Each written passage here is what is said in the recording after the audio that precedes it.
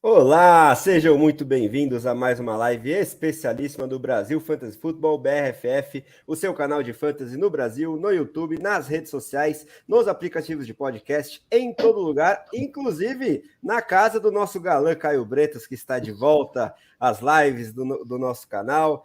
Ele que é sempre muito requisitado, aguardado pela nossa audiência, estava em missão médica, humanitária aí nos últimos meses, mas agora está de volta e eu quero o salve inicial dele nessa prévia da semana 7, Bretinhas. Fala, André, fala todo mundo aí que está assistindo, saudade de todo mundo, saudade de fazer live, saudade de falar de fantasy. Tive umas atribulações da vida aí, né, que me impossibilitou de estar muito presente, né, mas agora está melhorando. Fiz meu primeiro texto em um tempo, voltei a fazer live, agora voltar a fazer o que gosto, né? Com certeza, vamos que vamos, daqui é só para frente. Infelizmente, Rafael Barbosa foi desfalque de última hora aqui, quem sabe Jones Bortolucci apareça mais para o fim aqui da nossa live, mas por enquanto vamos, eu, André Amaral e Caio Bretas, para falar sobre essa semana 7 que promete bastante e preocupa muitos general managers de fantasy football, já que tem 6 times cumprindo bye week, né, em folga, além de várias lesões que eu e o Mafra já cobrimos. Infelizmente, mas felizmente para quem conseguiu ver a live ou ouvir o podcast na última terça-feira, em que também fizemos a prévia do Thursday Night Football, que começa logo mais para quem nos assiste ao vivo aí, entre Jaguars e Saints, e aparentemente Trevor Lawrence irá sim a campo. De qualquer forma, fique à vontade para fazer como o Álvaro Ximenes, nosso grande assinante, o Bonzeira, mostrando como é poliglota aqui no chat, assim como o Vitor Vieira, nosso grande editor Rui Maurício, e quem mais chegar aí para mandar as suas gloriosas perguntas, dúvidas de escalação, principalmente, conforme a gente vai cobrindo aqui os principais assuntos dessa semana 7. Eu peço também para que vocês curtam o vídeo, se inscrevam no canal para não perder os nossos conteúdos aqui no YouTube e na versão podcast também. Avalie aí o nosso trabalho com aquelas 5 estrelas, se você gostar aqui do nosso conteúdo. E vamos que vamos, então, antes da gente falar os confrontos da semana, né? Quem joga contra quem, over-under, spread, passar já no chat para tirar as dúvidas da galera, porque o Bretas está muito requisitado aqui, começando por Álvaro Ximenes, que pergunta o seguinte, Bretinhas: escalar Romeo Dobbs ou JSN nessa rodada? E o Ridley é escalável com essa questão aí do Trevor Lawrence, principalmente? Fala, Álvaro. Bom tá batendo papo com você aqui de novo aqui nas lives. Entre esses dois, eu acho que é o Dobbs. Não dá muito para fugir disso, não. Contra a defesa do Broncos ainda, que é muito ruim, a defesa do Broncos é praticamente a defesa que cede mais pontos contra tudo, contra todas as posições. E para wide receiver eles são fracos também. E o JSN, né, ele ainda não vai conseguir tão cedo virar o wide receiver 2 desse Seahawks. Então eu acho que é Dobbs e é Dobbs com confiança ainda. Sobre o Ridley, eu acho que se você tem o Ridley, ainda mais nessa bipocalipse aqui, você tem que escalar. Difícil que você tenha alguém melhor do que o Ridley para escalar aí. Tem o confronto que não é tão legal, mas Calvin Ridley, Sensei Jones, tem que escalar sim. Por mais que Bretas esteja um pouquinho abaixo do consenso aí em relação ao camisa 0 dos Jaguars, nessa semana específica é difícil fugir, né? E vamos ver, porque eu tenho muitos shares e estou precisando que ele vá bem contra essa boa defesa do Saints. Espero que ele volte aos tempos de semana 1, em que parecia que ele poderia ser top 5, mas depois o Christian Kirk dominou, né, Bretas? Cara, essa do Calvin Ridley aí me enganou, tá? Eu tava engolindo já a minha derrota já, porque eu não odiava o Calvin Ridley, não. Mas acabei draftando 0 dele. E aí depois da semana 1 que ele parecia, poxa, um deus do fantasy aí, falar que na semana 1 o primeiro tempo dele foi o melhor primeiro tempo da carreira. Aí eu falei, pronto, errei. Mas agora tá aí, eu acho que vai ser uma pique neutra aí, considerando a DP, né? Justo, também estou com esse sentimento. Então, antes da gente partir para as próximas perguntas aqui do chat, vamos tecer aqui o panorama da semana 7 com todos os confrontos aí que nos esperam. e falar rapidamente do que as casas de aposta também estão esperando em termos de pontuação, que é sempre muito importante para o Fantasy. Então, vamos colocar o banner aqui na tela e falar que além desse Thursday Night Football entre Jaguars e Saints, teremos no primeiro horário de domingo Cleveland Browns visitando Indianapolis Colts, um over-under baixinho, como vai ser o caso em vários confrontos essa semana, 40 pontos e meio e os Browns favoritos por 3. Buffalo Bills visitando New England Patriots, favoritaços, os maiores favoritos da rodada, 8 pontos e meio para os Bills, né, de favoritismo, e o over-under também é de 40 pontos e meio. E aí temos o confronto mais aguardado da semana, só que não, né, entre o Bagent e o Brian Hoyer lá em Chicago, com os Bears recebendo os Raiders num over-under ridículo de 37,5 e os Raiders favoritos por apenas 2,5, que eu, como bom torcedor dos Bears, discordo. Aí temos outro confronto divisional aqui entre Giants e Commanders jogando em Nova York, também 37,5, baixíssimo o over-under, com os Commanders favoritos por 3. Outro over-under de 37,5 apenas é entre Atlanta Falcons e Tampa Bay Buccaneers, mais um confronto divisional, né? Lá em Tampa, com os donos da casa favoritos por 2,5. Aí temos um jogo bem interessante, que eu vou falar um pouquinho mais adiante, entre Detroit Lions e Baltimore Ravens, jogando em Baltimore, um over-under intermediário de 43,5, e os donos da casa, os Ravens, favoritos por 3. Aí temos já no segundo horário, das 5 da tarde, horário de Brasília, Arizona Cardinals e Seattle Seahawks, jogando em Seattle, 7,5 pontos de favoritismo para os donos da casa no over-under de 44,5. Temos também Pittsburgh Steelers visitando Los Angeles Rams, que são favoritos por 3 no over-under de 43,5. E aí temos Green Bay Packers visitando o Denver Broncos, 44,5 de over-under, com os Packers favoritos por apenas 1 ponto, apesar do tanking descarado do Sean Payton. Temos também Los Angeles Chargers e Kansas City Chiefs jogando em Kansas City, over-under generoso. Esses dois últimos jogos de domingo vão lavar a alma do Fantasy, aparentemente, né? 48,5 a pontuação somada esperada, e os Chiefs favoritos por 5,5. E o Sunday Night é entre Miami Dolphins e Philadelphia Eagles, muitos pontos esperados, 51,5, e os Eagles favoritos por 2,5. E aí na segunda, o Monday Night é entre o 49ers do coração do Bretinhas e o Minnesota Vikings jogando em Minnesota, 43,5 de over-under e 6,5 pontos de favoritismo para São Francisco. Dito isso, vamos voltar aqui às perguntas do chat antes da gente destacar os confrontos da nossa preferência aí nessa semana 7, começando pela primeira das poliglotas perguntas de Bonzeira, né? Perguntando em inglês o que a gente acha do Traylon Burks. Ele é um bom buy low para um time em rebuild, pensando em Dynasty, hein, Bretas? Rebuilding, né? Pensando em Dynasty. Cara, eu não gosto, não. Eu sou meio suspeito para falar, porque eu nunca fui fã do Traylon Burks também, evitei ele no draft, eu nunca tive nenhuma share, acho que eu nunca quis comprar nenhuma share, e agora não é diferente, não. Eu acho que ele não teve grande competição, assim, por targets na carreira e ainda não conseguiu se destacar. Eu acho que ele é ruim de bola mesmo. Mas eu nunca fui fã, talvez o André tenha uma opinião mais positiva aí, eu nada. Então, como prospecto, eu achava ele bastante polarizante mesmo, né? E é um cara que depende muito do fit do esquema.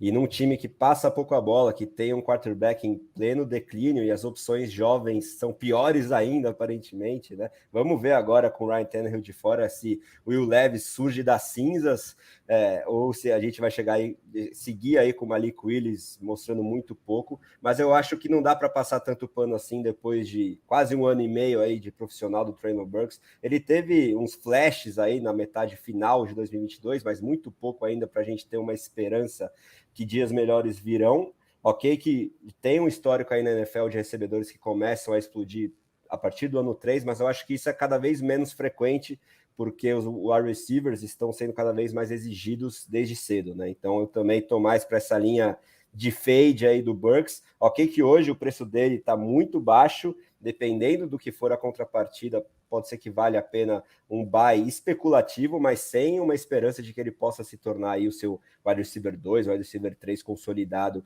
pelo menos no médio ou curto prazo, pior ainda, né?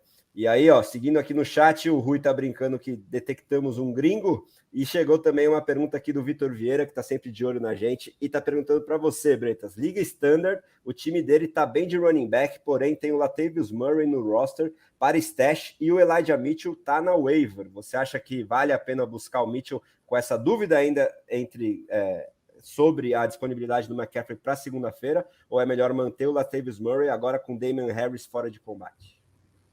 Cara, eu acho que é o Elijah Mitchell mesmo, entendeu? Meu feeling, assim, não dá para saber, não dá para cravar. Eu acho que o McCaffrey só vai ficar aí 2 jogos fora. Acho que a bye do 49ers está chegando, acho que é prudente guardar ele até a bye, sabe?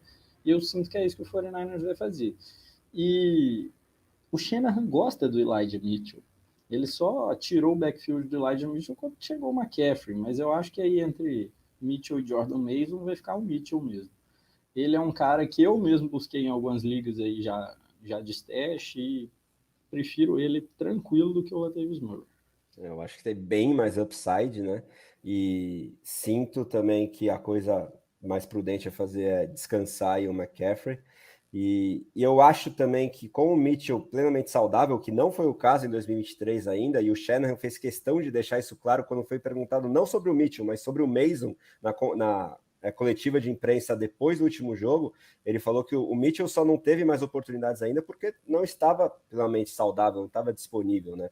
E aí eu acho que mesmo com o McCaffrey voltando, principalmente em jogos nos quais os 49ers consigam abrir 2 ou mais posses de vantagem, a gente vai ver bastante Mitchell queimando relógios aí mesmo junto com o McCaffrey. E aí, na ausência do McCaffrey, ele tem um upside bem maior, até porque esse backfield dos Bills se nos enganou um pouquinho no início dessa temporada. O James Cook animou muita gente, já voltou a ser uma bagunça em termos de segurança de como eles vão ser utilizados e mesmo o volume terrestre, né? Eles estão passando muito a bola, como parece que sempre vai ser o caso enquanto o Josh Allen se mantiver lá com essa comissão técnica. Agora, vamos à próxima pergunta do Bonzeira, essa em espanhol. Ele está perguntando o seguinte, hein, Bretas? O que pensam do jogador de los Cuervos de Baltimore, dos Ravens, né? O running back Keaton Mitchell, ele que é um calouro aí, que muita gente está fazendo ads especulativos. Você acha que vale a pena, Bretas? Para mim vale nada, não. Mas assim, é a minha opinião mesmo, assim, é puramente especulativo, e é uma especulação que para mim não vai dar em nada. O Ravens é um time assim que bem tradicionalmente gosta de backs veteranos, né, e tal, e o Mitchell aí, undrafted, né, não me atrai muito não, nem para redraft, não, talvez para Dynasty, né, se ele tiver na waiver ali, dá para buscar. Mas não me atrai não, para mim é fogo de palha. Também não boto muita fé. Acho que sem o Dobbins vai seguir esse comitezão aí. Gus Edwards para ser o power. Aí você tem o Justice Hill ali, mas nenhum com muito upside. E o Mitchell também, por esse fraquíssimo capital de draft, sequer foi draftado. Não é um jogador que eu acho que pode se tornar um James Robinson assim, e vir do nada para surpreender, né? Ruizão está destacando aí a camisa dos All Blacks, que eu estou homenageando aqui porque venci recentemente uma aposta com meu primo, super entendedor de rugby. Eu não entendo nada, mas eu sei que os All Blacks, né, têm a sua tradição. E ele falou: não, dessa vez a Irlanda vai ganhar da Nova Zelândia, tenho certeza. Eu falei: vou apostar aí com você, vai, Nova Zelândia. E me fizeram feliz, então estou aqui homenageando. Não sei o quão difícil essa aposta parece, não, mas me parece uma ótima aposta de se fazer. Pois é, né? Pois é, mas segundo ele, a Irlanda que decepcionou, que ia ganhar, mas enfim. Vamos que vamos. Ó, Mafrinha, que hoje infelizmente foi desfalque, né? Porque está cumprindo deveres paternais, como deve ser o caso, está aqui de olho na gente, na audiência, no chat, elogiando aqui a dupla e te chamando de Monza, né, Bretinha? Você quer explicar a piada interna? Cara, essa do Monza é porque, assim, né? Eu sou uma pessoa, eu gosto de dar uns takes mais ousados, assim, sabe? Fingir uma convicção que não existe no Fantasy. E aí eu cravei, falei, se o Tyler Higbee não for um Tyrant top 8 enquanto o Cooper Kupp estiver fora, eu sou um Monza 94. E o Tyler Higbee não foi. O Tyler Higbee terminou como Tyrant 9 no período. Você viu o quão razoável foi a take. Só que Mas eu o acho que foi Mafra, muito mais pela falta de concorrência do que pela capacidade do jogador em si, né? Mas qual que é o ponto principal do Mafra, né? Também o ponto principal do Mafra é que ele bate muito nessa tecla, assim, que é o do você não cravar certezas no Fantasy, porque é um jogo sem certezas, o que é um argumento perfeito. Ele tá até correto, mas eu gosto de cravar por estilo, assim mesmo, mas É Mas quem, impossível e chamar de Monza é a prova disso. mas quem que surgiu praticamente do nada e a gente não contava com a astúcia dele? O queridíssimo de Gabriel Mafra, Puka Nakua, né? Acho É. que sem o Cooper Cup foi ele que, né, monopolizou tudo ali no jogo aéreo e fez com que os concorrentes, como o Tyler Higbee, que a gente imaginava que fosse o principal beneficiário, não tivessem todo esse desempenho que estava esperando, né? Sobre isso, cara, eu acho que eu nunca falei isso publicamente, assim, porque eu não estava muito tempo sem fazer live, né? Mas o acerto do Mafra, do Puka Nakua, pique de round 6, se eu não me engano, do jeito que foi, é o acerto de fantasy mais bonito que eu já vi no Brasil aqui, sendo acertado. Cara, detonou. Olha o que, que o Puka tá fazendo. Hoje, para mim, ele é o wide receiver de Dynasty top 12. Hoje, inclusive, eu acho que eu até gosto mais do Puka do que o Mafra, o que é curioso. Mas, cara, esse acerto foi lindo do Mafra. Aí sim, tô muito curioso para ver como vai ser o segmento da carreira aí do Puka, porque assim, a tape eu ainda quero ver um pouquinho mais, mas a produção estatística é um negócio absurdo, quebrando recordes aí de primeiro mês para calouro, então a gente tem que ponderar aquela velha discussão do fantasy, né? Os caras mais de tape contra os caras mais de histórico estatístico, né, Breno? Eu acho. Eu falei isso já no grupo BRFF quando ele jogou contra o Niners. Eu achei ele meio bagre no tape. Só que, poxa, eu acho que nesse ataque do Sean McVay isso não importa muito. Eu acho que como jogador não dá para você preferir Cooper Kupp a Tyreek Hill, Justin Jefferson. E no Fantasy ele pontua mais. Então, eu acabo gostando muito do Puka no Fantasy, sim. Por isso que o fantasy é uma coisa bem diferente da NFL, mas manda bala aí. Bora, não, pra gente ir pra frente, falar dos jogos aqui. Sim, vamos que Eu tô vamos. Só mandar falando um muito abraço, aqui, que eu tô só com mandar um abraço saudade. pro Vitão aqui, meu amigo. E o Mafra tá complementando que o Burks é bust. E o Vitor também tá pedindo para você fazer trade com ele, hein? Tá aqui, ó, faz uma troca comigo, depois vocês negociam. Então, Bretinhas, bora para nossa primeira pauta principal aqui, que são os jogos que mais nos chamam a atenção. Claro que com o Fantasy como principal argumento, mas fique à vontade aí para destacar um confronto entre times da AFC que muita gente pode ver passando debaixo do radar para o Fantasy, mas eu quero muito saber por que você destacou Cleveland Browns e Indianapolis Colts. Eu destaquei o Cleveland Browns e o Indianapolis Colts, menos por causa do confronto dessa semana, mas mais, na verdade, porque eu gostaria de falar desses jogadores, sabe? Assim, ainda mais eu que estou há muito tempo sem fazer live. Eu acho dois times interessantíssimos para o Fantasy, muito mesmo, porque tem muitos jogadores aí polarizantes. O Jonathan Taylor de um lado, o Jerome Ford ali do outro, aí um que eu acho ainda um pouquinho polarizante, o Elijah Moore. Sobre o confronto em si, é um confronto com um over-under bem baixo, né? Um over-under de 41, se eu não me engano, e alguns caras aí que eu sigo na aposta apostaram no under. Então vai ser um jogo de poucos pontos. Então eu diria assim, não dá para você confiar muito na produção dos jogadores nessa semana, mas eu estou muito confiante nesses jogadores de todos os times para o futuro, para o ano, para a temporada. No lado dos Colts, Jonathan Taylor, cara, você não paga 14 milhões por um running back por ano para não ser bel cal. Eu acho que é questão de tempo.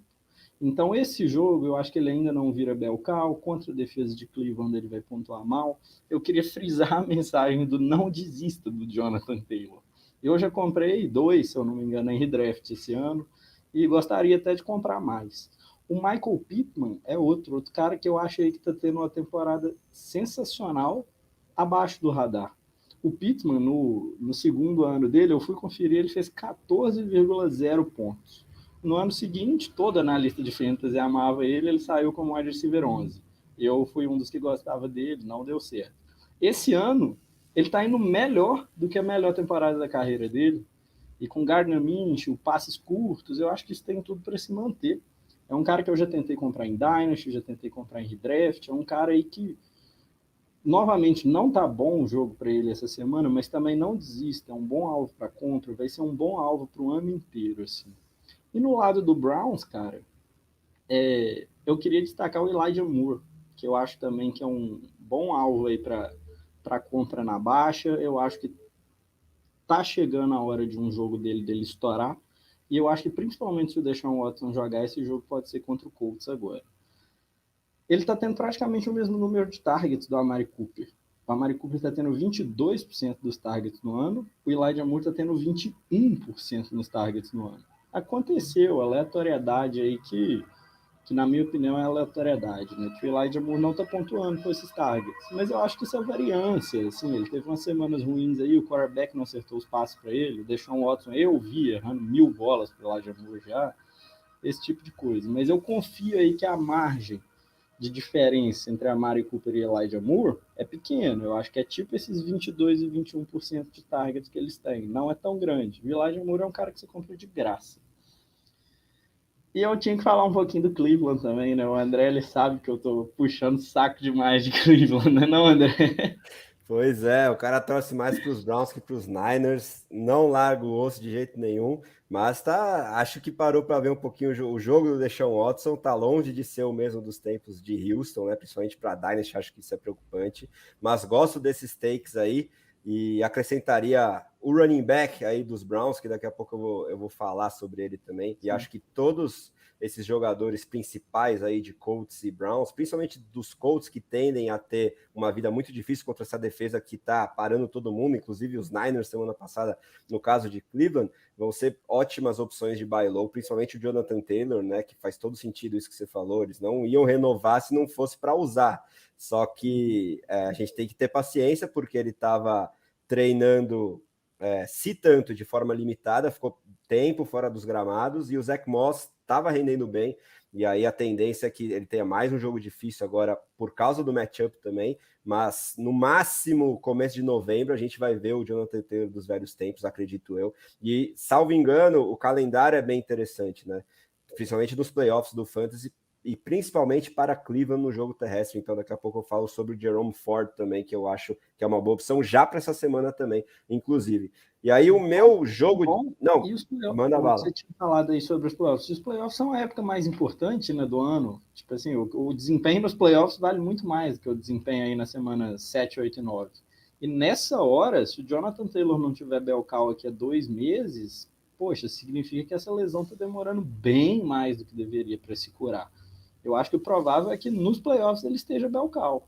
E a gente viu como que o Zach Moss, que é o Zach Moss, estava pontuando aí. Então eu tô bem alto no Taylor, apesar dessa semana o confronto tá meio ruim. Exatamente. Então, principalmente se você tiver uma folga boa aí de vitórias no seu recorde da liga, 4 ou mais aí em 6 rodadas, buscar o Jonathan Taylor acho que faz todo sentido enquanto ele não explode. E aí, o jogo que eu quero destacar é entre Detroit Lions e Baltimore Ravens, né? Apesar aí do Sunday Night Football que promete muito entre Miami e Filadélfia, temos também Chargers e Chiefs. Mas eu acho que esse é o jogo que passa um pouquinho debaixo do radar e que eu gosto de praticamente todo mundo para o Fantasy, né? Acho que a gente pode esperar muitas trocas na liderança, porque Baltimore joga em casa e os Lions estão num ótimo momento. Estou muito curioso em paralelo para ver como vai ser esse backfield aí dos Lions sem o Montgomery. Craig Reynolds vai ter o seu papel, mas eu espero muito um breakout do Jahmyr Gibbs. Eu sei que com o Montgomery disponível, ele não vai ser nem perto de Belcal, mas eu queria ver um cara que eu sei que é muito talentoso, mais consolidado aí nesse playbook, e espero que ele tenha essa oportunidade já nessa semana 7, né? Apesar de esperar que também por essa questão física ele não esteja na ponta dos cascos ainda, mas enfim, é um cara que eu acho que, seguindo uma tendência de calouros também, pode ter um final de temporada bem importante e que eu tô buscando adquirir aí também, já em redraft também, enquanto ele não estoura. E aí Amon-Ra St. Brown cada vez mais mostrando um teto elite, né? Porque agora ele tá marcando touchdowns, foi o caso na última semana, e principalmente em ligas PPR ele é muito confiável, ele tem uma média aí próxima dos 10 targets, teve mais do que isso na última semana. O Jameson Williams voltando, assustou algumas pessoas, já não me assusta mais, eu não acredito aí no jogador, eu acho que ele é muito mais um Marquez Valdes-Scantling com grife a essa altura, um cara de deep threat, ele joga menos de 50% dos snaps, isso já mostra, né? Ele é preterido no outside aí pelo Josh Reynolds, por exemplo, tem o Khalif Raymond ainda, então o Amon-Ra St. Brown é o alfa absoluto desse jogo aéreo, você pode confiar nele em qualquer situação. E o Jared Goff, né, com uma média bem interessante, um piso bem legal, e segue sendo aí um cara de top 12 com certeza, quem sabe aí, top 10, como era o Kirk Cousins nos últimos anos, mais ou menos, é o que está entregando aí o Jared Goff. E do lado dos Ravens, gosto muito da consistência de targets do Mark Andrews e do Zay Flowers. Eles ainda estão devendo no quesito touchdown, principalmente pela baixa eficiência de red zone desse ataque, principalmente do Lamar Jackson, é algo que ele, né, historicamente tem que trabalhar um pouquinho melhor, mas eu acho que a regressão tende a chegar para esse jogo aéreo e está bem concentrado nessa dupla que para mim é de longe a mais talentosa. Odell Beckham Jr. e Rashad Bateman são no máximo final de banco em liga redraft padrão a essa altura. O backfield, como a gente já falou, não dá para confiar em ninguém, mas o Lamar em si, por mais que tenha tido um último jogo de baixa, eu acho que ele também tende a ter uma boa partida aí nessa semana 7, então eu gosto de todos os principais protagonistas aí desse duelo entre Detroit e Baltimore. Dito isso, peço para que vocês mandem mais perguntas, né, galera? E vou perguntar para o Breta se ele quer destacar mais algum jogo ou a gente já parte para os jogadores em específico. Acho que deu problema no seu som, Bretas. Eu não estou escutando. Peço para o pessoal do chat aí me falar. Tenta trocar seu microfone para ver se eu volto a te escutar. Os problemas só comigo. Vamos lá, Bretinhas. Agora eu te escuto, eu acho, hein? Acha? Bora! Agora sim. Uf. Emenda aí sobre o Lamar, vai. Ele tá marcando muito poucos touchdowns, assim, dos touchdowns do Ravens, sabe? O Ravens chega e ele não faz passe, não corre para TD. E isso é uma regressão muito óbvia, assim, que ele vai começar a ter, entendeu? Você pega alguns QBs aí, tipo o Joe Burrow. O Joe Burrow tá participando de todos os TDs do Bengals. O Lamar tá participando de muito poucos. Isso é uma coisa que tende a regredir a média, assim. Então, o Lamar é um cara que com certeza cresce. Acho que você tá corretíssimo. Boa, aí sim. Pedro Decker, que já estará como convidado aqui numa live nossa, chegou também. E o Ruizão está perguntando sobre o Roschon Johnson, né? Eu me preocupo bastante aí com a gravidade dessa concussão, não só para o Fantasy, mas principalmente para o prosseguimento dessa carreira que acabou de começar, de um calouro bastante promissor e que tinha uma chance de ouro agora na ausência do titular, o Khalil Herbert. Mas se a gente imaginar que ele ganhou, entre aspas, essa concussão lá no Thursday Night Football da semana 5, 10 dias para jogar na semana 6 e mesmo assim não foi liberado. E agora, já na quinta-feira da semana 7, tampouco foi liberado. Acho que foi bem séria aí a pancada, até porque o vídeo da lesão assusta, né? Acho que ele colide contra dois adversários, pelo menos direto no capacete. Então, antes da gente pensar aí na disponibilidade dele para o Fantasy, eu quero que a gente tenha certeza que ele está bem, mas eu acho que para a final aí de temporada 2023, a tendência é que ele domine esse backfield. Hoje, infelizmente, mais tarde do que cedo, mas o talento está ali. Não drope o Roschon Johnson tão cedo aí, guarda ele, porque a tendência é boa no longo prazo para o calouro. Agora, Bretas, vamos falar sobre os jogadores, 3 indispensáveis que você separou para a gente aí diante desses confrontos da semana 7. O primeiro que eu queria falar sobre eles é o Puka Nacua. Puka Nacua que a gente começou a falar daqui na live. Resumidamente, eu acho que aí tá num momento aí que o Puka acabou de ter o pior jogo da temporada. Foi o único jogo que ele fez menos de 10 pontos PPR, né? Mas eu acho que isso aconteceu e não é uma coisa para se preocupar, porque ele ainda teve muitos targets. Nesses 2 jogos com o Cooper Kupp, ele teve 30% de targets e 29% de targets. Então, ele está recebendo target igual os wide receivers top 10 na liga recebem. Então, não é uma coisa para se preocupar. O jogo também não me assusta. E o que é importante é com esse tanto de target, cara, você não precisa se preocupar nem com o adversário direito, é só startar mesmo o Puka Nacua e bora. Não se preocupe com ele, não venda o Puka Nacua. Ele, para mim, continua sendo uma super compra e um start assim, inquestionável contra qualquer jogo. Boa. E, bom, vamos um de cada vez, então. Para mim, sim, fica melhor mesmo. O primeiro jogador indispensável aí para a rodada é o Jerome Ford, né? Muitas pessoas se assustaram um pouquinho com a pontuação do Kareem Hunt em comparação à do Ford, mas eu acho que a única diferença foi o touchdown, que acabou indo para o segundo running back da equipe, não para o protagonista, que segue sendo Ford. porque apesar dessa diferença de pontuação no Fantasy, ele seguiu dominando as oportunidades aí em termos de número de snaps e corridas realizadas, né? Mas como eu imaginava que o Deshaun Watson seguiria fora, mas hoje, né, quinta-feira, ele treinou full, aí já pode ser que mude um pouquinho esse volume imenso terrestre que eu estava imaginando para essa partida, porque foi o caso contra os Niners, por causa do game script, leia-se, desempenho excelente da defesa, os Browns conseguiram utilizar bastante o que eles mais querem no ataque, que é correr com a bola, tanto para evitar com que o ataque adversário voltasse a campo, queimando o relógio, quanto para potencializar uma linha ofensiva que é boa e um jogo terrestre que, mesmo na ausência do Nick Chubb, é bem esquematizado. E o Ford, se não é o supra-sumo aí da técnica, é um cara dinâmico até certo ponto, ligeiramente aí acima da média, talvez, entre todos os running backs titulares hoje da NFL, considerando quem está de fora por lesão ou quem não encaixa muito bem no esquema tático da equipe atual. Então, como eu espero uma vitória até certo ponto tranquila dos Browns contra um Gardner Minshew que se mostrou bastante vacilante aí na última partida, parece que quando ele tem que ser realmente o titular consolidado da metade para o final da temporada, assim, ele começa a sentir um pouquinho mais a pressão e essa defesa tem tudo para se beneficiar disso. Eu estava esperando um volume terrestre bem, bem grande do ataque dos Browns e eu acho que a regressão de touchdowns tende a aparecer. Agora, se o Deshaun Watson jogar, a gente estava vendo um volume aéreo maior, né, em comparação ao volume terrestre. Então, fique aí de olho nas notícias, mas eu acho que mesmo com o Watson, o teto do Ford diminui um pouquinho, mas ele ainda é pelo menos um running back 2 bem confiável para essa rodada, diante desse favoritismo dos Browns contra os Colts, aos meus olhos. E quem é o seu segundo nome indispensável aí, Bretas? Segundo nome indispensável, esse ainda é um pouquinho mais fora da caixa assim, que o Puka, seria o Brian Robinson, o running back, né, do Commanders.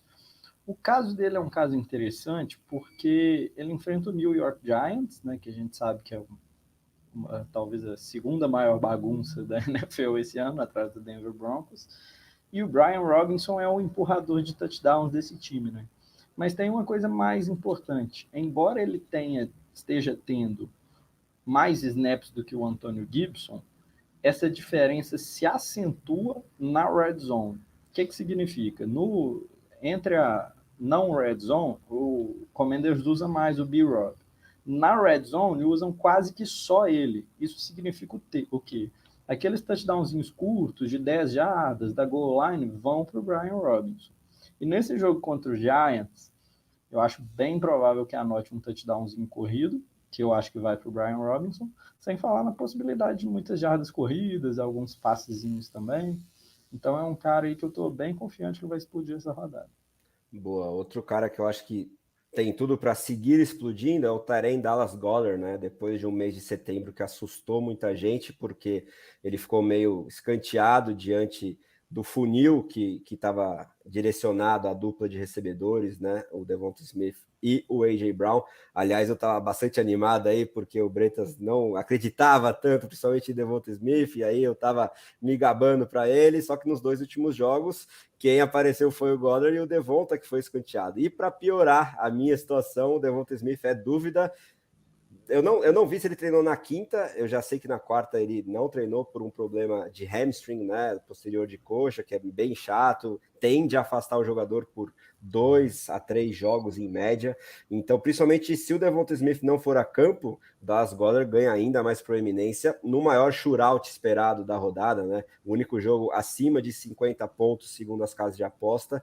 E esse Sunday Night eu acho que vai confirmar essa tendência. Vamos ter muitos pontos no placar e pelo menos uns 8 targets eu estou esperando aí para o Goddard, especialmente se o Devonta Smith não for a campo, que devem ser traduzidos aí em pelo menos 60 jardas, e a chance de touchdown acho que é bastante real também para o Taen dos Eagles, então sigo bastante confiante nele aí nesse Sunday Night. E agora seu último jogador indispensável, Bretas. Antes de fazer a perguntinha, e o Julio Jones? Julio Nessa Jones, pelo amor ausência de aí. Deus, né, gente? Ele acabou de chegar para o Practice Squad, deve ser ativado se o Devonta Smith não for a campo, mas assim, não faz menor diferença essa altura. Concordo plenamente. Eu acho que aí a galera tá criando uma expectativa onde não deveria. Mas meu próximo jogador agora é o Tyler Lockett. É outro nome que para mim é um start inquestionável essa semana e que está passando um pouquinho abaixo do radar aí.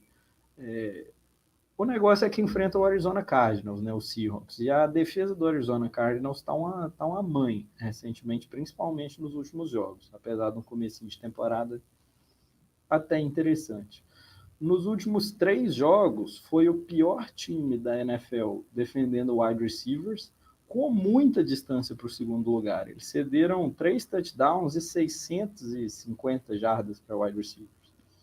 Isso daí dá 210 jardas por jogo para wide receiver. Então, a line até do Tyler Lockett em Las Vegas está alta. Ele é um cara que vai ter muitos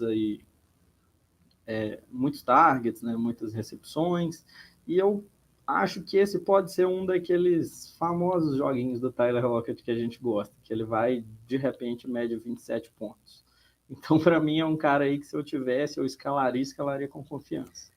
Ainda mais num confronto divisional, que costuma ser a especialidade do camisa 16. E aproveitando que você destacou ele, já responde o Dantas aqui, nosso também fiel seguidor, que tem uma dúvida boa. Eu gostaria de ter uma dúvida dessa na minha liga, né? Escalar Zay Flowers ou o Tyler Lockett que você acabou de destacar.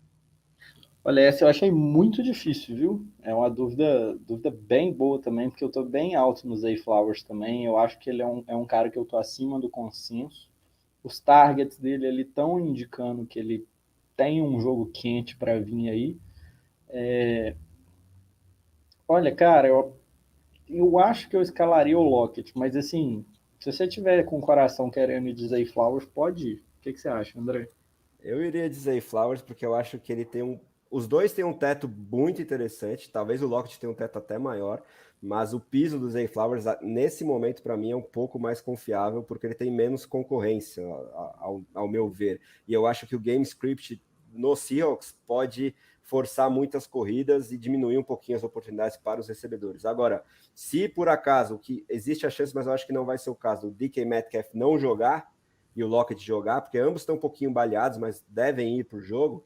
Aí, se o Metcalf não for a campo, aí eu iria de Lockett. Então, enfim, ficar de olho nas notícias, mas ter essa dúvida já é Nossa, ótimo, né? Deixar um desses caras no banco, pelo amor de Deus. na Apocalipse ainda, o cara É, me aparece com essa dúvida.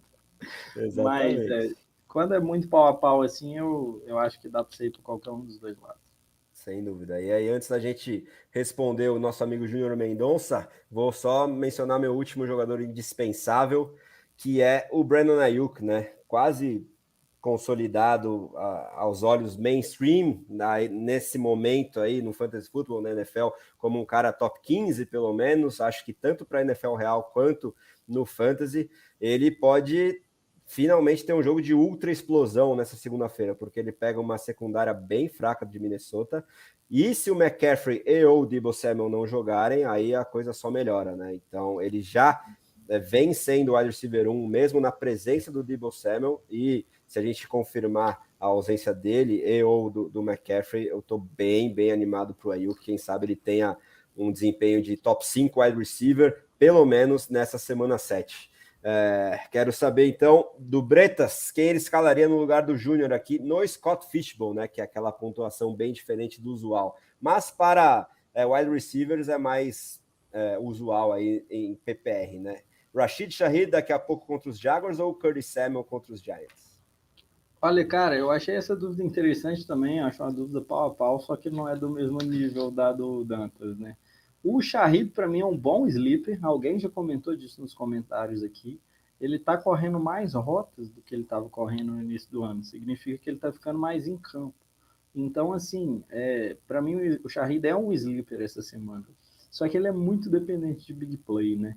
E aí fica uma escalação um pouco ousada, eu acho que na configuração do Scott Fishbowl, que preza um pouquinho mais por recepção, acho que pode não ser tão ideal o Shahid, não. Mas. E o Curtis Samuel também, se for o dia dele de não receber passes, que todo mundo no Commanders tem esse dia, cara, eu iria de Shahid. Shahid, vou confiar no instinto. Ousado. Eu já iria de Curtis Samuel, porque como É. bom é, cara que confiou demais no Jahan Dotson em várias ligas lá em Você agosto, foi, né? né? Tô completamente sem esperanças, porque o Curtis Samuel tá sendo o cara que eu esperava que o Jahan Dotson fosse, não no mesmo teto que eu projetava, mas tá sendo o wide receiver 2 desse time e também envolvido em jogo terrestre, principalmente em situação de red zone. Acho que o piso e a chance de touchdown é maior para o Samuel, por mais que a big play do Shahid esteja sempre ali disponível e prestes a acontecer. Mas a questão do ombro do Derek Carr me preocupa um pouquinho. Ok que ele está cada vez mais saudável e a tendência é que daqui a pouco ele já esteja 100%. Mas eu acho ele mais volátil e por isso eu iria no Curtis Samuel. A não ser que você seja muito azarão aí na projeção do seu confronto, aí eu iria de Shahid porque o upside é maior. Mas senão eu iria no Curtis Samuel. Uma curiosidadezinha também, foi uma das coisas que me fez elencar o Shahid como sleeper. O Jaguars cede muita big play.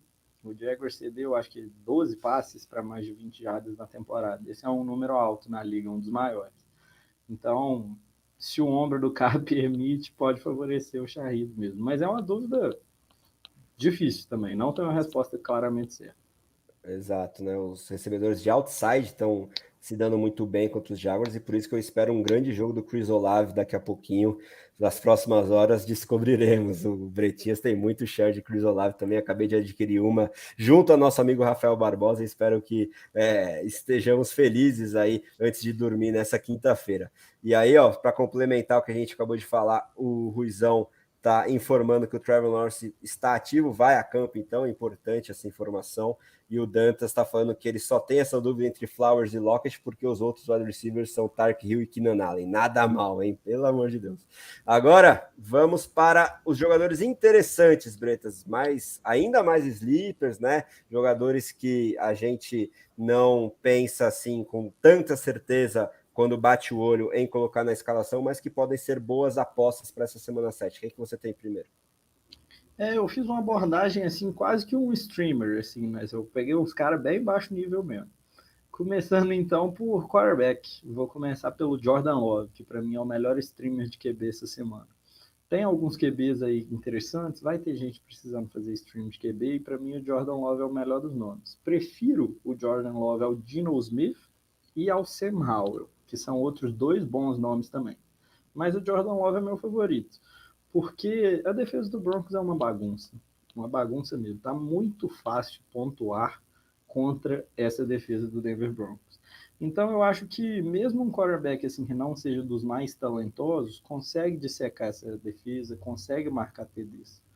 O over-under desse jogo está em 44, que é um over-under aí dos médios altos da semana, o que significa que é um jogo que pode ter muitos pontos também.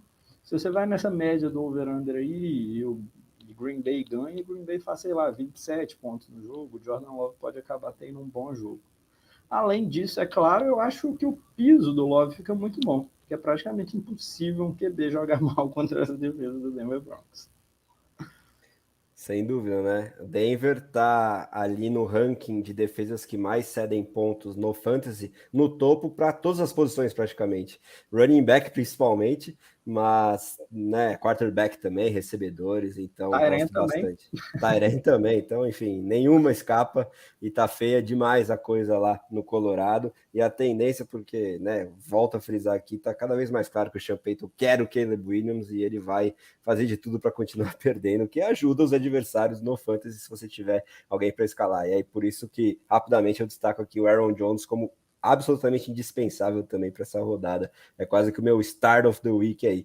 E aí antes de eu falar o meu primeiro jogador interessante, aí vamos responder o José Teixeira que chegou agora no chat e tem uma dúvida envolvendo um cara que joga daqui a pouco, né? Então é sempre importante a gente abordar esse pessoal do Thursday Night. Liga non-PPR, hein, Bretas? A famosa e antiga standard. Najee Harris ou Michael Thomas? Peraí, pensar. Tem que mudar a Tem pontuação que na minha mudar. cabeça aqui, que eu tô tão acostumado com o PPR, cara. Najee Harris. Para mim é o Najee Harris. Com dor no coração. Ajustando a pontuação aqui e tal, pensando no que eu espero de jardas de cada um, de TD. O Najee, ele, se eu não me engano, ele teve nenhum TD no ano, ou teve um, se eu não me engano. Acho que é Então, 0 ou 1. ele eu acho que o número de jardas fica pau a pau e eu gosto mais da chance dele de TD, eu acredito. Eu iria de Najee. Sim, por mais que eu esteja cantando essa bola faz tempo que o Najee Harris é um grande bagre e que ele consegue ser pior E até é que o Jalen Warren, né? Mas no muito mais. PPR, no PPR a vantagem acaba sendo para o running back, não tem como, né? A chance é maior de touchdown. E o Michael Thomas é outro cara que eu já não boto fé faz muito tempo, né? Então é isso. Agora, para o meu primeiro jogador aí interessante da rodada, eu separei aquele cara que eu estava falando rapidinho enquanto o Bretas arrumava o microfone, que é o Rashee Rice, do Kansas City Chiefs, né? Eu sigo achando que é um carrossel pouco fácil, muito difícil, na verdade, de prever esse corpo de recebedores dos Chiefs, mas o Rice pouco a pouco vem tendo um maior número de snaps, uma consolidação um pouquinho maior de targets, e agora enfrenta uma defesa que vem sendo uma mãe para recebedores, que é a dos Chargers, né?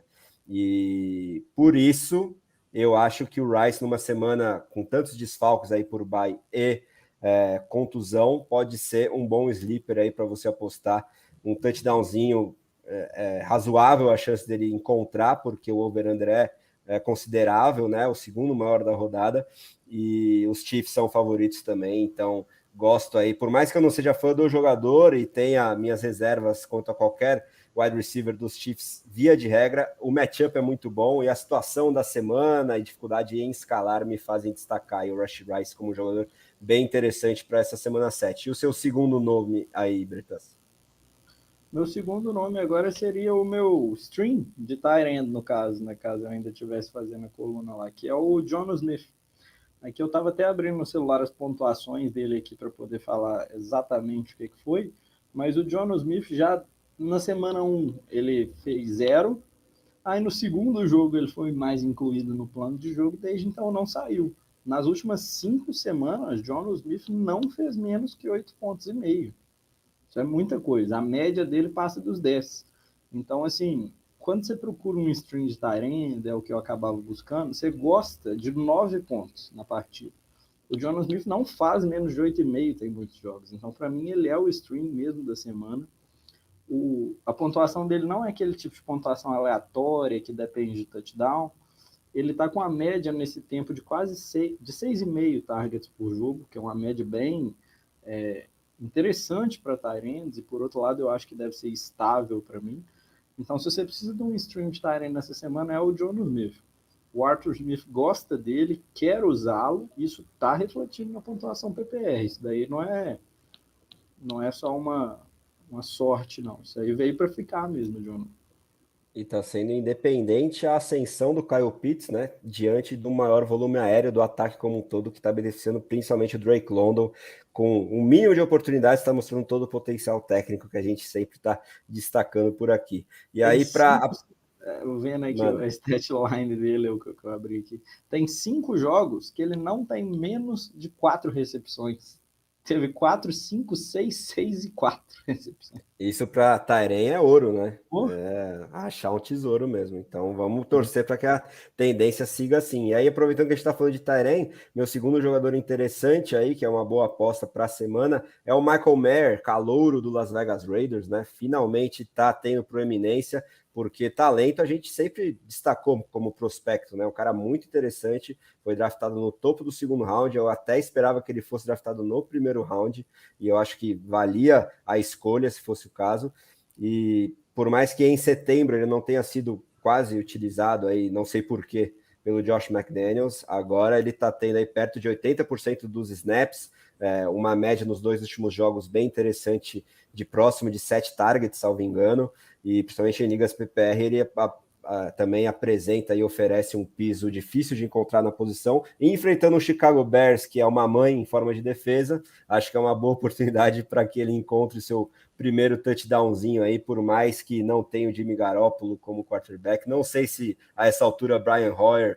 ou o O'Connell façam tanta diferença assim na comparação com o Jimmy, e ainda mais contra essa defesa, eu acho que o Mayer tende a seguir essa boa ascensão, e se ele ainda estiver disponível aí nas waivers da sua liga, dá uma olhada, porque é um bom stash pelo menos, e eu já escalaria se você tivesse opções questionáveis aí na posição. E aí, Bretas, antes de você falar seu último nome interessante, responde aqui o Dantas, né? porque o Ruizão também trouxe uma informação bem interessante envolvendo o Green Bay Packers enfrentando o Denver Broncos e o Jordan Love, que você destacou mais cedo. Então o Ruizão fala o seguinte, né, uma info sobre esse jogo. Broncos e Packers se enfrentam como as duas defesas que menos cedem target em termos de porcentagem ao wide receiver, 53% para Green Bay e 52% para Denver. E aí o Dantas emenda. Você escalaria o Jordan Love ou o Kirk Cousins contra São Francisco e sem o Justin Jefferson? Eu iria de Jordan Love. Eu acho que contra a defesa de São Francisco, a defesa de São Francisco está muito boa, e principalmente contra o passe. É contra o passe mesmo que a gente está bem, a defesa contra a corrida boa, mas não é o mais forte. Então eu acho que há a chance do Cousins ter um jogo ruim. O Love eu não vejo tanta chance de ter um jogo ruim, entendeu? Então eu gosto mais do piso do Love e acho que para qualquer time da liga meter 30 pontos no Broncos não custa. Então eu gosto também do teto do Love. Para mim aí é Jordan Love. Para mim é Love também. Sem dúvidas para essa semana 7, pelo menos. No longo prazo, se o Jefferson voltar principalmente, aí dá para apostar no Kansas. Mas para essa rodada, ainda mais sem o Jay Jettas, que impacta demais esse ataque dos Vikings, é Jordan Love de olho fechado. E aí, você quer responder a segunda do Dantas aqui ou quer falar seu nome primeiro? É para mim? Boa, porque eu destaquei o Rashee Rice, né? Mas mesmo assim, eu ainda não escalarei ele à frente do Romeo Doubs, por tudo isso que a gente falou, do matchup dos Packers contra os Broncos, né? Mesmo com todas as armas disponíveis, finalmente, para Green Bay, né? Principalmente o Aaron Jones, que eu acho que vai ser o ponto focal do ataque, vai sobrar ainda bastante coisa para Christian Watson e Romeo Doubs, então eu iria aí com o camisa 87 dos Packers à frente do Rice. Quero saber se você concorda comigo e já emenda seu último nome aí interessante para a rodada, Brito. Concordo, sim, concordo. Eu também iria de Dobbs, mas eu não quis tirar seu jabá, não. Você responder. E o meu terceiro nome de sleeper aí, um sleeper para quem está precisando de sleeper no flex, é surpreendentemente Kendrick Bourne, o wide receiver da New England Patriots. O Bourne, ele tá pontuando no New England Patriots porque não tem mais ninguém para receber passe. E é um time que fica atrás do placar constantemente. O Bourne está com a média de quase 12 pontos PPR por jogo, já em 6 jogos. E isso não é sorte, não é porque ele está marcando muitos touchdowns. Ele está tendo os targets para isso. Os pontos dele esperados, se ele tivesse uma eficiência média, é 12 pontos por jogo também. Então é um cara aí, eu acho que veio para ser flex, para ficar, ao que a gente está vendo aí. Nesses 6 jogos ele tem 7,2 targets por jogo, e agora contra Buffalo Bills é um matchup que é bom. Porque não dá para você correr muito bem contra o Buffalo Bills. O Bills é o melhor time da liga, já tem anos já defendendo a posição de tight end. Então você vai ter que atacar Buffalo com os wide receivers mesmo. Por sorte, eles estão sem o Davis White ali, o que pode aliviar um pouco o trabalho para os wide receivers. Então o Bourne é um cara que eu queria ressaltar para você buscar ele onde ele estiver disponível, que eu acho que você pode ter um flex. E para essa semana específica também, eu acho que pode dar muito certo. Principalmente para ligas mais profundas.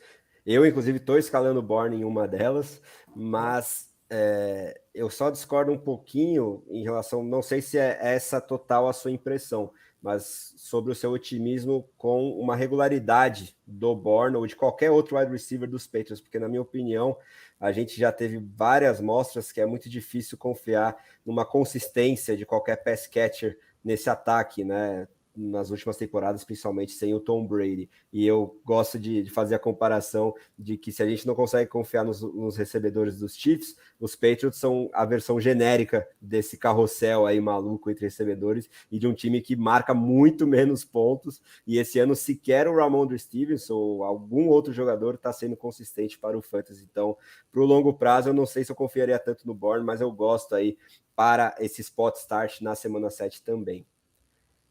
Pois é, você fez uma boa ressalva também. Para mim, ele não é um desses caras de se escalar toda semana, não. Mas para mim, ele é um bom flex ali para o resto do ano. Não tem o ranking de cabeça, mas talvez ali o wide receiver 50.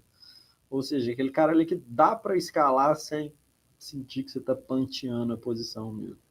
Exatamente, bem spot mesmo. E aí, meu último nome interessante é um cara de esse já mais proeminência, acho que tem um teto de wide receiver 2, quem sabe um baixo para essa semana, que é o queridíssimo de Caio Bretas, Marquise Hollywood Brown. né? Um cara que muita gente torce o nariz, né? Ah, vou ter que escalar esse cara, tudo bem, né? Mas, assim, se você puxa os números frios do Marquise Brown, que não é um cara que quando você assiste a tape também chama aquela atenção, mas ele, principalmente ligas PPR, costuma oferecer dígitos duplos de pontuação, e nesse confronto da semana contra o Seahawks, né, num game script que vai fazer com que a Arizona provavelmente tenha que passar bastante a bola, principalmente no garbage time esperado, ou para tentar buscar alguma coisa, ele pode ter um teto bem legal, até porque o defeito da defesa do Seahawks, que vem tendo um bom desempenho médio aí na NFL e para o Fantasy, contra wide receivers, né, principalmente the outside. Por mais que tenha uma secundária jovem interessante, os Seahawks estão sofrendo aí, acho que é o sexto time que mais pontos cede para wide receivers até então, em 2023 no Fantasy. Então, gosto aí das perspectivas do queridinho do Bretas. E já Vivi quer... para ver, hein? Vivi para ver É, o André elogiando o Marquise Hollywood Brown na minha frente. pois é, inclusive trocamos o jogador recentemente aí, eu pegando meu Aham. queridinho Drake London, cedendo o Marquise Brown, mas cedendo coisa boa junto também, não foi um por É, um, né? Longe disso. não, foi caro. Foi carinho que eu mandei uma first junto. Mas Aham. acho que valeu a pena, porque eu gosto demais do London. Agora vamos para as batatas quentes, Bretinhas. Falar sobre aqueles jogadores que a gente evitaria quase que a qualquer custo para essa semana 7. Manda bala. Eu vou continuar no Arizona Cardinals aí e vou falar do Zach Ertz como um jogador para você evitar a todo custo. O Ertz ele teve um início de temporada surpreendente, ele me conquistou no início do ano aí porque ele estava tendo muito target, só que recentemente ele já não está sendo Tyrande mais do próprio Arizona Cardinals. Isso é uma coisa aí que talvez alguém ainda não tenha percebido, mas o Trey McBride teve mais snaps e mais rotas do que o Zach Ertz no último jogo. Então, assim, quando você vai escalar o Tyrant 2, um dos piores ataques da liga, não dá, né? Então, o Zach Ertz é um cara que eu estou evitando a todo custo aí. Se isso se repete essa semana, ele é drop mesmo. Pois é, né? Eu que rodei com o Ertz, né? Num bom sentido, em setembro, em Uhum. várias ligas que eu tive que streamar, até seguindo conselhos de Caio Bretas, estava animadinho com o vovô, principalmente na nossa Ultimate Dynasty interna da redação do BRFF, que ele é o meu Tyrene 2, estava entregando bem. E agora que eu acabei de vender o Laporte, tive que sacrificar esse prodígio aí em nome de Joe Burrow. Agora estou preocupado com a posição porque veio o Kittle e sua inconsistência e o outro é o Wirtz. Então vamos ver se o McBride segue como protagonista, que eu acho que deveria ser o caso desde o início, né? Porque os Cardinals têm que pensar muito mais no futuro do que no presente. E se draftaram o McBride no segundo round, tem que dar oportunidade para o menino e faz todo sentido, né? Ele suplantar aí o veterano como Tyrene 1 do time. E tô contigo que hoje evite o Zach Ertz a todo custo. E aí o meu nome que eu emendo aqui é o de muita grife, que a gente já comentou como baita oportunidade de compra no médio e longo prazo em ligas redraft, pelo menos, que é o Jonathan Taylor, running back dos Colts, mas como a gente também já disse aqui, o matchup nessa semana 7 é dificílimo contra o time que menos pontos cede para running backs no Fantasy, Cleveland Browns, que vem contendo, quase que o Denver Broncos ao contrário, né, como matchup no Fantasy. Vem contendo várias posições, wide receivers também, quarterbacks, e aí o Jonathan Taylor tem um game script que tende a ser muito desfavorável, além daquilo que a gente já falou também, que ele tá voltando da lesão, o Zach Moss vem bem, e ele muito dificilmente vai entregar aí uma pontuação boa para você, seja em ligas PPR, seja em ligas Stern. É difícil você sentar um cara de tanta grife, você draftou ele mais baixo do que a tendência por causa da indefinição contratual lá em agosto, então pode ser que você tenha duas opções de running back mais confiáveis, mas se você conseguir aí deixar ele no banco, é o que eu aconselharia para essa semana 7, sem esquecer que ele é uma ótima oportunidade, ainda mais depois dessa semana deve-se a tendência de compra via troca aí para o seu time. E aí o seu segundo nome, Bretas, quem você tem como batata quente? Meu segundo nome como batata quente é o Zach Evans. Né? Eu fui do Zach Ertz, agora eu estou do Zach Evans. Zach Evans é o running back calor do Rams. Eu acho que vai ter gente escalando o Zach Evans porque ele era o running back 3 do Rams. Aí o Rams perdeu o running back 1, o running back 2. Tentar confiar no Zach Evans, eu não confiaria de jeito nenhum. Ele é um cara que eu não escalaria mesmo. Porque não dá para confiar no Sean McVay, cara. Não dá para confiar em quem vai ser o running back titular. Ele levou o Royce Freeman do practice squad e trouxe o Myles Gaskin da rua. Eu acho que desses três, qualquer um dos três pode ser o E titular. tem o Então, pra... Darrell Henderson também. tem o Darrell Henderson ainda também. Eu acho que não dá para cravar, cara. E então eu acho assim que escalar o Zach Evans, sentindo aí que ele herdou o backfield, é um erro. O próprio Sean McVay, ele disse algumas coisas parecidas assim em entrevista mesmo, que ele mesmo não sabe ainda. E o Sean McVay é o maior mentiroso que tem. Se ele falou que ele não sabe ainda, é porque ele não sabe mesmo. Senão ele já... Então, assim, não dá para escalar nenhum dos três. Se eu tivesse que fazer um palpite, seria o Myles Gaskin, mas eu também não escalaria o Myles Gaskin nem ferrando essa semana. O Zach Evans menos ainda. Tá bem difícil essa situação. Talvez haja um tipo de competição durante os treinos da semana para ver quem vai ter um mínimo de mais proeminência nessa rotação. Mas de qualquer forma, eu espero um comitê, pelo menos para essa primeira oportunidade sem o Kyren Williams e o Ronnie Rivers. Eu acho que também durante o jogo o Sean McVay vai observar aí o desempenho técnico de todas essas novas opções que ele vai ter que contar por pelo menos 2, 3 jogos aí até que o Williams volte, né? Curiosamente, eu acho isso tudo tão imprevisível que eu também não me surpreenderia se do nada qualquer um dos três tem 80% de snap, 20 pontos PPR, eu também Tudo é não possível. surpreenderia. Mas não dá Exato. para esperar nada, não dá para escalar daquela. Tudo é possível, né? Vamos ver o que dá, porque se surgir alguém, como foi o próprio caso do Kyren Williams, depois da semana 1 ali, com toda a proeminência, pode ser que o cara se estabeleça até a frente dos antigos titulares, que também não tem menor grife ou lastro para seguir como titular absoluto, seja contratual ou técnico mesmo. Então, enfim, tudo é possível nesse backfield, mas por isso também evite qualquer um deles para essa semana 7, por mais que o Dantas esteja mandando uma boa, que não evite nenhum running back, porque é impossível, é muito impossível você ter boas opções na posição no ano de 2023 e especialmente nessa semana 7 com tantos desfalques, né? E aí, falando em running backs para evitar, eu vou ter que citar mais um aqui que estava na minha pauta, que é o Ramondre Stevenson, lá dos Patriots, né? Ele foi draftado bastante alto, teve um belo desempenho ano passado, foi a única coisa confiável no ataque dos Patriots, mas se a gente esperava uma melhora nesse ataque que agora tem um coordenador ofensivo que é da função, né, o que não foi o caso em 2022, o ataque conseguiu piorar e matar até o coitado do segundo anista agora, Ramondre Stevenson, né? E agora com o Ezekiel Elliott tendo tido um desempenho minimamente vintage na semana 6, eu estou esperando uma divisão de oportunidades, de toques na bola um pouco mais igualitária, e mesmo com o Ramondre ali com 60%, quase 70% dos snaps, ele não estava produzindo nada, numa matchup que tende a ser totalmente favorável ao Buffalo Bills, os running backs devem sofrer do lado dos Patriots, então por isso que se eu tivesse a opção de não escalar o Stevenson, eu não escalaria, mas eu sei que, como o Dantas falou, é muito difícil você ter uma alternativa aí melhor do que o Stevenson, mas pelo menos contém as expectativas novamente, infelizmente, para esse cara que não tem tanta grife assim de draft capital, mas que eu particularmente gosto do desempenho técnico dele, não acho que ele seja elite, mas ele tem um bom skill set assim all around e está sofrendo bastante nesse ataque dos Patriots. E seu último nome aí para evitar nessa rodada, Bretinho? O último para evitar para mim é o Javonte Williams.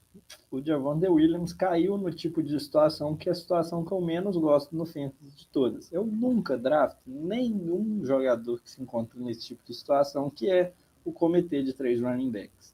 O Javonte Williams está num comitê de 3 running backs, não dá para, eu acho, escalar em quase nenhum jogo. Praticamente nenhum, não dá para confiar nele, vender o quanto você conseguir. E aí não dá para confiar mesmo. O Jaleel McLaughlin ainda está pegando mais os snaps de passe. Então o Javonte ele cai na parte ruim desse comitê ainda, que é o cara que mais corre, né? Não, e corrida é menos valioso do que target. Né? Então eu não gosto nem um pouco do Javonte Williams e acho assim que ele para mim não é um top running back nem 40 nessa semana não, viu? Porque do Broncos o melhor ainda fica sendo o Jaleel McLaughlin. Tô contigo nessa também. Por mais que eu gostasse bastante do prospecto de Javonte Williams, a situação em que ele está inserido, além da questão da lesão que ele sofreu muito grave, tá fazendo com que o valor dele despenque semana a semana no Fantasy Football. Até em Dynasty eu me preocupo aí com o panorama desse cara que já foi ranqueado no top 5 da posição, né, depois do seu ano de calor. E para fechar a lista aqui das batatas quentes, acho que eu tenho o nome mais unânime a essa altura, que já foi mencionado aqui também, e que está quebrando meu coração em cerca de 8 ligas, se eu não me engano, que é o Jahan Dotson, camisa 1 do Washington Commanders. O talento estava ali, né? Depois do ano de calor, esperava grandes coisas para ele, mas Curtis Samuel vem suplantando. Ele já teve 2 desempenhos de 0 ponto para o Fantasy, se não me engano, o último deles na semana 6, acho que foi um target só, nenhuma recepção. E seja qual for o adversário a essa altura, mesmo que agora ele enfrente os Giants, que são uma matchup neutra, acho que nem fede nem cheira, não dá para ter a mínima confiança aí no Jahan Dotson, e ele tem que provar muita coisa antes que a confiança retome. E em ligas tradicionais aí de 15 spots no seu elenco, ele é facilmente dropável a essa altura, infelizmente aí, o meu queridinho de agosto, Jahan Dotson. Dito isso, Bretas, tem considerações finais aí pra gente? Algo mais que você queira comentar, seja um jogador, seja uma partida, para essa semana 7 da sua volta triunfal aqui à nossa bancada do BRFF? Foi ótimo voltar, cara. Isso aí é uma das considerações que eu queria fazer, e foi ótimo voltar. E eu tava rindo aí do seu erro no Jahan Dotson, né, que foi um dos caras que você mais draftou, e pensando no meu próprio erro no Cam Akers, que foi um dos caras que eu mais draftei. São 2 caras que a gente draftou que não foi por lesão, mas viraram grandes zeros na temporada, né? O Jahan Dotson, a curiosidadezinha, ele tem menos da metade da pontuação do McLaurin e do Curtis Samuel. Essa é foda, essa é doída, né? Muito doída. E o Akers nem se fale, o Akers não fez nada até agora, né? Então... Virou handcuff do Bagre Alexander Madison, tá foda. Bagre do Bagre. Consideração é isso, né? Que a gente erra também. Claro, ainda mais nesse ano de 2023, com ainda mais surpresas, é muito difícil acertar tudo, mas a gente segue aqui tentando oferecer o maior e o melhor conhecimento possível aí para ajudar a galera. E o Pedro Decker tá lembrando aqui no chat que o Dotson estava treinando com Special Teams hoje, inclusive, jogando até como holder ali de situações de chute, né, de field goals e outras situações de kickoff. Não, kickoff não, porque a bola fica parada ali. Mas enfim, o Dotson quebrou tanto a minha alma que eu estou confuso nesse final de live, em que agradeço demais a meu amigo Caio Bretas e a todo mundo que participou aqui ao vivo no chat e nos ouviu no futuro na versão podcast. Espero que as dicas sejam valiosas para vocês e sigam acompanhando o nosso trabalho, nosso conteúdo nas redes sociais, no site do BRFF e aqui no YouTube e no seu agregador de podcast favorito. Semana que vem tem mais. Espero que todos tenham uma boa semana 7, começando logo mais com Jaguars e Saints. Valeu, Bretinhas, valeu todo mundo, um grande abraço e até a próxima. Valeu.